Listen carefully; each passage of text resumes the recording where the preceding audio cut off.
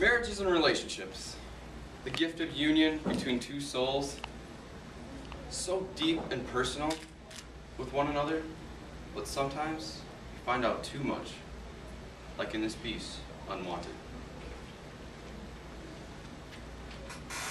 She left a note. Did you know that? She left a note that she was doing it for me.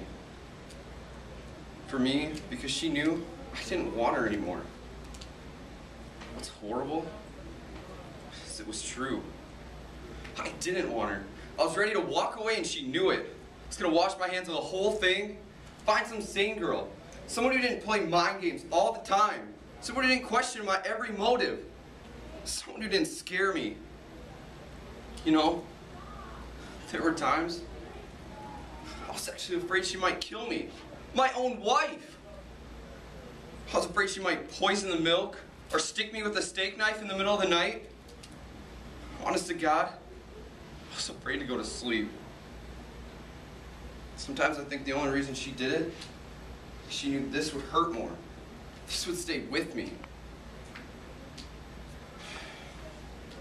If you want to go, I know I'm kind of a head case right now. I just don't want to think about it.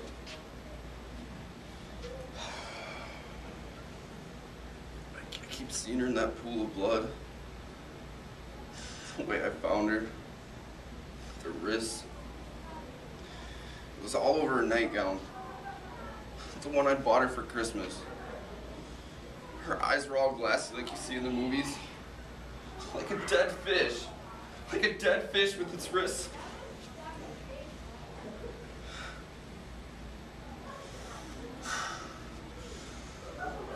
But it's my wife, and it's real.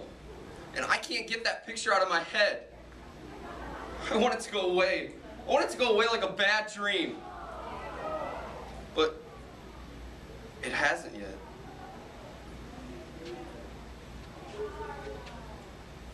Don't worry. It feels like flying. Feeling the wind in my face, my clothes blowing against my body. You remember how I always wished that I could fly, even though I'm afraid of heights? Funny, isn't it? The earth below, city lights, it all seems so peaceful from up here. And there's a silence, a hush, despite the roaring wind and the pounding in my chest. A quell in the storm of my mind, where I can see everything. Where I can feel everything. I pass a window with two lovers embracing, and I think of you and I. How it all fell away. How I wish I had the chance to do things different. None of us will ever get that, will we? I suppose that's what dreams are for. And oh, how I have dreamt. There's so much I wish I could say, but none of it was left unsaid, was it?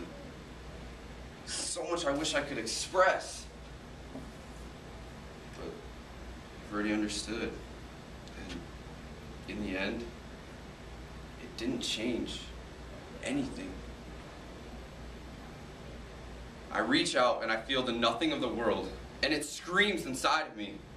It makes you feel free, like twisting in a dark void, spinning and spinning, and all you can see are the lights rushing up to smile at you.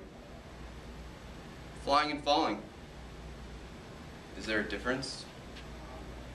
I close my eyes and pretend I'm racing into the clouds over a moonlit night. One of those nights where the stars shine over the calm waters. And I picture you there beside me, laughing, smiling. I let your smile become my own, as the concrete of the city erases everything that I am.